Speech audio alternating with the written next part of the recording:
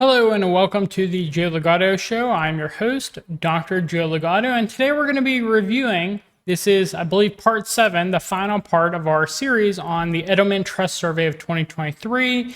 And you don't need to have watched the prior episodes in order to understand what's going on here. We're going to be, for this episode, looking at the data that they didn't want to directly show you, they didn't want to put in front of your eyes. So we're looking at the supplemental data, the ending parts of this PDF. So here we see the trust index, the trust stable amid economic headwinds. Okay, we see here the biggest gainers in terms of trust. I'm surprised by that. 2022 to 2023. Actually, I'm not surprised, just considering trust was extremely low in the United States given the pandemic and given the failed response to the pandemic. So it actually bumping up in 2023 makes a little bit of sense, particularly since political tension, I would say, went down a little bit because it wasn't directly election season. Now we're starting to get into election season, and so you're seeing that trust and cooperation is declining again. So again, another reason why election cycles is not a good thing for a country. So Colombia, Kenya, okay, I don't really have any reasons to understand why Colombia and Kenya would be seeing increased trust. Biggest loser, South Korea. Okay, makes a lot of sense. South Korea has been declining in a lot of ways. It's having problems with a lot of its partners. It has increased tension with Japan. It's been doing things that are not necessarily in its own interest by picking fights with China. United States is not as strong as it used to be and is not able to support South Korea to the same extent. North Korea has been just always consistently getting stronger. It's been like a rock over there. It's not been able to budge it, despite the United States wanting to topple that government. So I can see why South Korea is there. Australia, again, another one. I can clearly see why trust is breaking down there. Australia is in a very bad position. They're essentially going to act as a military base for the United States in the likely to be upcoming war between the United States and China. And I would just like to reiterate this because I've talked about this in prior videos. I think it's pretty much inevitable that unless the United States directly collapses, that they're going to be entering a war with China. All available evidence in terms of how China is reacting to the United States does lead me to believe that they strongly have concluded that a military response from the United States is essentially inevitable. Because of the way they're acting in response. They're telling me, at least, that they don't see any point in continuing communication with the United States because the United States is planning to not go forward in a peaceful way. They don't want to have win-win cooperation with China. And I think China has recognized at this point that the American model does require that other countries are not as dominant. It does require that other populations are exploited, that the resources from the countries are extracted. And so because China has recognized this, and because this war is increasingly likely, China is directly mentioning in a disparaging way the United States, and they're directly, really just in a lot of ways, not willing to communicate with the United States because they understand that that communication is not going to go anywhere. It's essentially pointless, wasting time. Okay, so we see here that, again, if you want to see a functional government, look at this trust survey. China, both years, last year and this year, has had a rock solid 83% in terms of people's trust in their government. Others fluctuate. You see United Arab Emirates up there, Indonesia up there, India up there, but China is top one, highest trust. So they're able to build a functioning society. Whereas you see these people that are disparaging China are way at the bottom of this list here. You see Germany, you see United Kingdom, you see United States, you see Australia, all these countries that are heavily hostile towards China and disparaging of the Chinese government. They're ones that are low trust societies. So it's kind of like the saying in Christianity, take the log out of your own eye before you take the what's the term for it? Like the splinter out of someone else's eye, something like that. And so we can clearly see that, sure, China is not completely perfect, but at least in terms of trust, their people trust the government and trust various institutions within government far more than the United States does. And so I say that's a pretty definitive sign that the Chinese government is a better form of governance than the United States. That's why I always love when people say, well, communism has never worked. I mean, if you're just comparing United States and China right now, communism is clearly definitively ahead. And I actually don't think that's a fair comparison because United States has so many benefits that it should absolutely be ahead. If you want to compare kind of apples to apples here in terms of communism versus democracy, you would compare two countries that are of relatively similar size, of relatively similar location, and have a lot of other things in common. And that would be China and India. And we know that they were roughly the same, say, 100 years ago in terms of their economic wealth. But now you can clearly see that China is like an order of magnitude more wealthy than India. And so, I mean, no matter how you look at it, if you're looking at fair comparisons, that communism, at least the Chinese form of communism, is far superior to any of the Western styles of democracy. And I would consider India to be a Western style of democracy. They really inherited their ideas of democracy primarily from the United Kingdom, which they were a colony of. Trust in business declines in 15 countries, gains in 8 of 27 countries. Okay, let's see here. Okay, where is greatest trust increase in the United States? Oh, okay. So yeah, I mean, if the trust was extremely low, having a trust increase for business going up is it makes sense. Okay, you see China again is at the top of this list. So whether you're talking about organizations overall or businesses specifically, China is the most trusted in terms of their institutions. I still don't understand, and please leave in the comment box why you think that United States trusts its big business, because big business is in control of the United States government. There's a ton of evidence supporting that. The Stanford study showing that United States is oligarchical controlled in terms of whether policies are changed or not. And so I would love to hear your comments. Why do you think the United States is having increasing trust in business? And why is it only mid-tier here? Why is it not lower or higher? So I'm curious about that. It's interesting to see. I mean, you see all of these are like relatively similar. It's kind of going down and down and down a little bit at a time.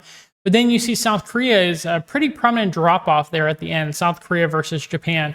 It's interesting to see that trust in South Korean businesses has declined because, I mean, South Korea is pretty much owned by Samsung. So that can kind of tell you something about the direction of that country. And it should also tell you something about the direction of the United States if it continues to be oligarchically owned by mega corporations. I mean, I've been playing Cyberpunk since 2.0 came out, Phantom Liberty, all that stuff.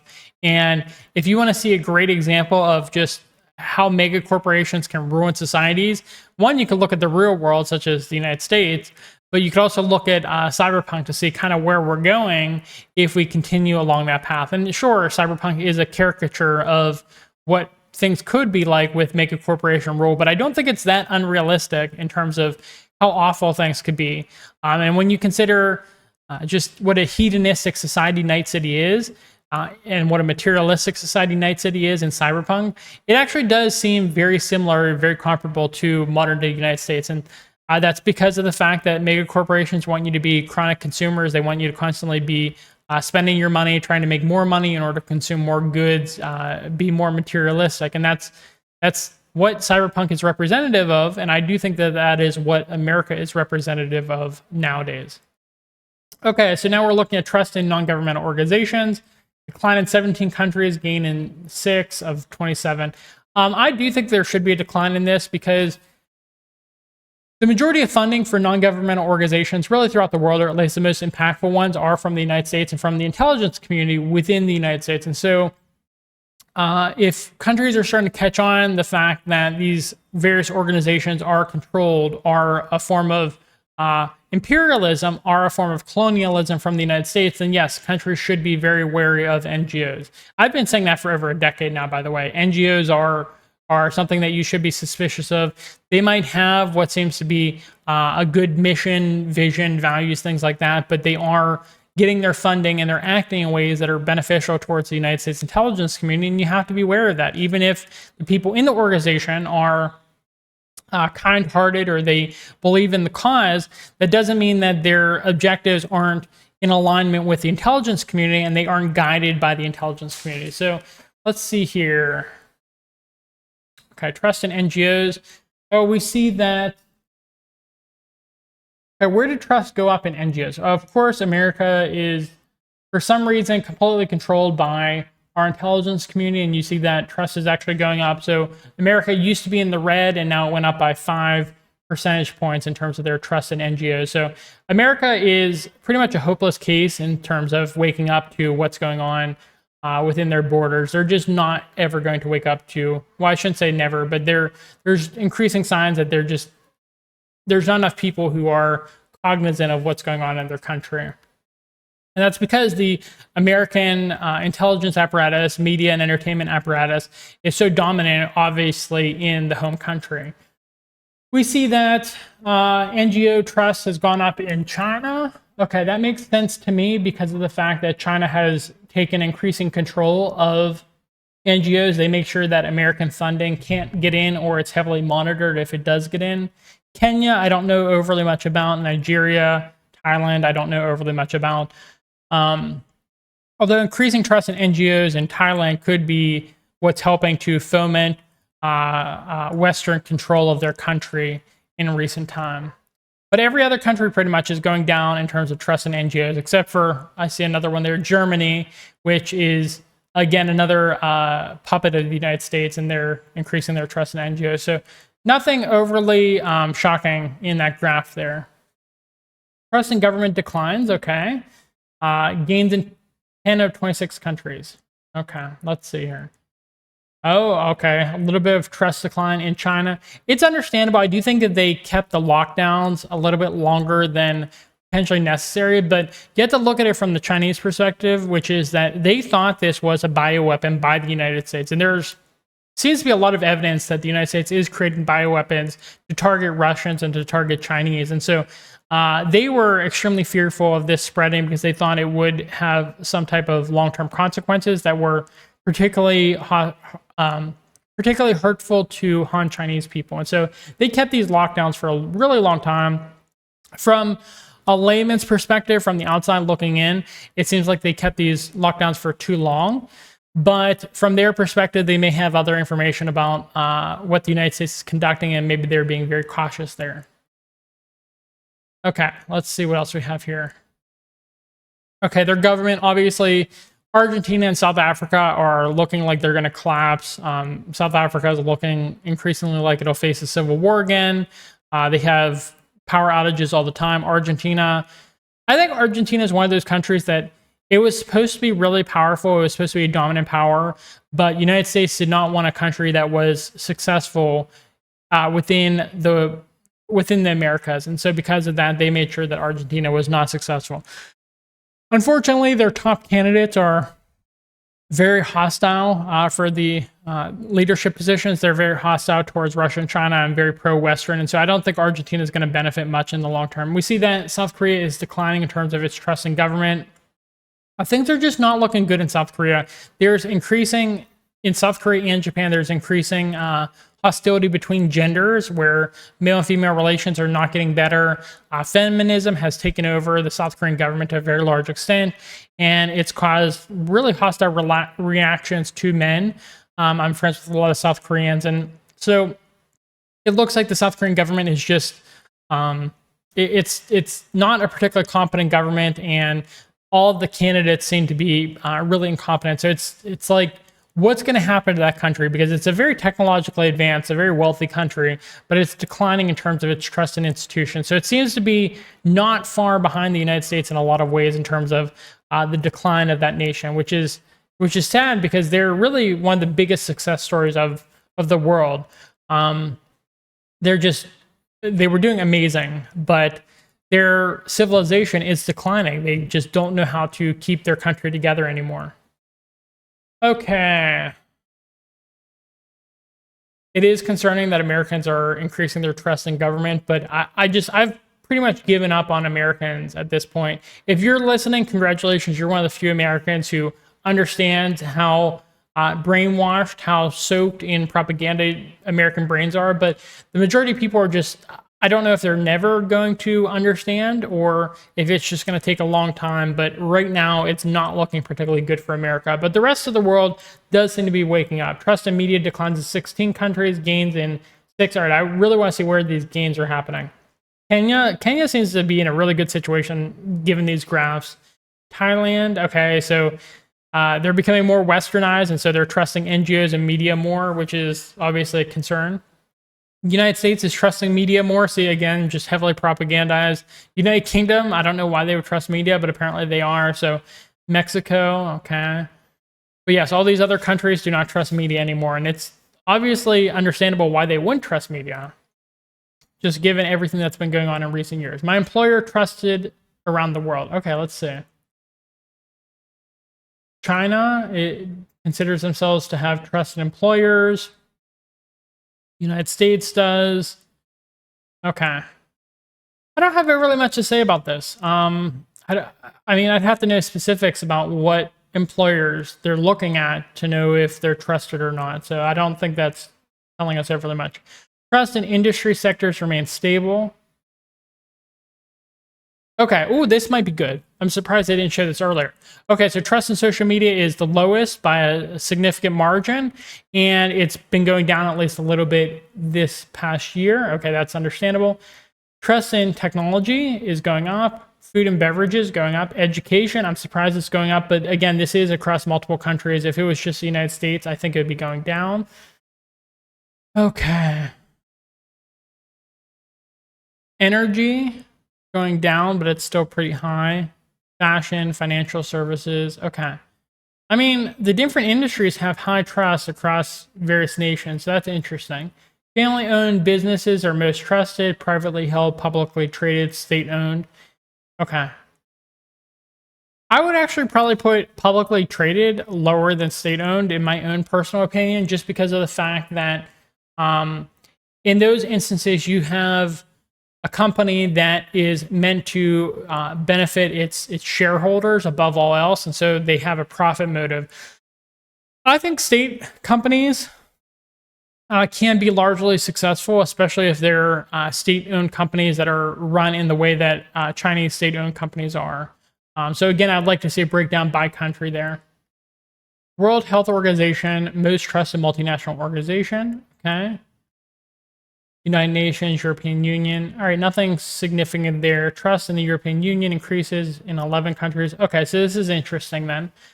Oh, this is trust for European Union for countries outside of the European Union. Okay. I'm surprised China has increasing trust. Argentina has no trust in the European Union. You can see over there. That's interesting. Where's the United States there? Okay, they have increasing trust. That's expected because United States has grown closer to the European Union after the Russia-Ukraine military conflict. Okay. Nothing else there I want to look at. I'm going to skip that. Trust in these United Nations, things like that. Actually, wait. No, there might be something interesting here. Let's just skim this briefly. Trust in World Trade or World Health Organization. Okay, so I think this could be used as an indicator of who controls this institution. So United States trust in this organization is going up and China is going down. And so that might mean that China is losing influence in the WHO while United States is gaining influence. Okay, so trust in the United Nations. Let's see where that's at. Okay, United States is low, but it's gaining a little bit. Saudi Arabia lost trust here. It might be because of the fact that the United States uses the United Nations and the Human Rights Council to attack Saudi Arabia. China has the highest trust, but it's declining. Okay, so that could tell you that the United States has entered the arena here. For the longest time before former President Trump picked a trade war with China, before that happened, China was gaining increasing influence in international organizations, and they were doing that relatively unopposed because the United States just wasn't engaging with these international organizations. It could be the fact that United States is competing for control of these international organizations again, that United States is gaining trust in them and China is losing trust. Minimal trust gains for news sources. South Korea lost trust in search engines. United States, lower trust in traditional media, owned media, low Japan, social media, Canada. Okay, wow. All right, nothing overly important there. So I think that's really everything that I wanted to go over related to the Edelman Trust Survey. So if you've watched all, I believe it's 7 of these videos, thank you for watching. Hopefully you learned something about trust and cooperation. And just to kind of leave you with a final point here is, for a civilization, for a nation state to exist, the people within that nation state need to trust each other and need to cooperate with each other in order for the continued thriving, continued functioning of the nation state, of the civilization. And so seeing declines in a lot of Western countries across multiple dimensions should be very concerning for people living in these Western countries. And again, this is a major factor for why I left Western countries and moved to the Philippines. Also, I've had some comments talking about their interest in potentially moving, or like moving because they're retiring, things like that. They want to move to countries like the Philippines. If you're interested in seeing videos like that, where I go over kind of factors why I decide to move to the Philippines and reasons why I think Philippines is a good location to move to, please let me know in the comment box. I would be potentially interested in making videos like that. It's a little bit outside of my typical wheelhouse, but because we're talking about geopolitical concerns throughout the world, people are becoming increasingly interested in moving to non-Western countries. And so I could go over that if people are interested. So if you like this video, please give us a thumbs up. It helps us in the algorithm. Please subscribe to our channel for more content. We're constantly updating. I just kind of throw this out there. I'm buying my audio has been messed up since I got a new workplace for content creation. And so I have this like foam thing I'm going to put over my mic that should help with a little bit of the reverberation. And I'm getting a pop filter, which should help with some things as well. We're going to have an adjustable table. So as an Italian, I like to gesticulate, just use my hands a lot, gesture. And so I'm going to have my content creation be standing as well, things like that. So we have a lot of little things in the pipeline that should help your experience. And just giving you some look into the future, I'm going to try to be doing some interviews on larger channels, probably by the end of this year, but probably not this month, just giving various things that we have going on. So subscribe to our channel for more content, constantly updating, constantly things in the pipeline. And leave us a comment in the comment box. I love reading them. Questions, comments, concerns, critiques, etc., etc. And thank you for sticking with us for another riveting episode of the Dr. Joe Ligato Show. Thanks, and I hope you have a good rest of your day. Bye.